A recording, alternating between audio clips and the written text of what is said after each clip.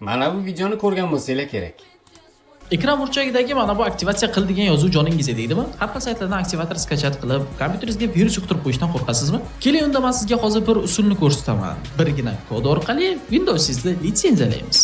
Kakra so'zni kompyuterimizda aktivatsiya qilish vaqti kelgani mana ko'rayotgan bo'lsanglar, hozir videoni ko'ramiz.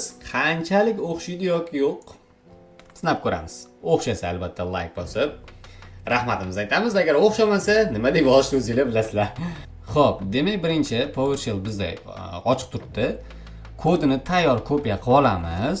Hech qayerni o'zgartirmasdan PowerShellga OK, Enterni bosamiz. O'rnatish boshlandi.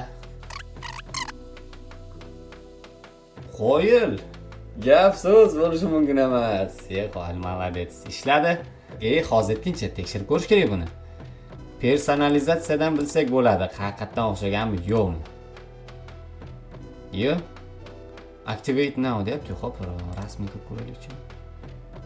Bitta restart berib ko'ramiz, hozircha nimagadir yozuv chiqmayapti. Agar shunda ham baribir faqatgina yozuvni o'zini o'chiradigan bo'lsa, unda bu aktivatsiyaga kirmaydi. Hozir bitta yoqib o'chiramiz o'rtoqlar.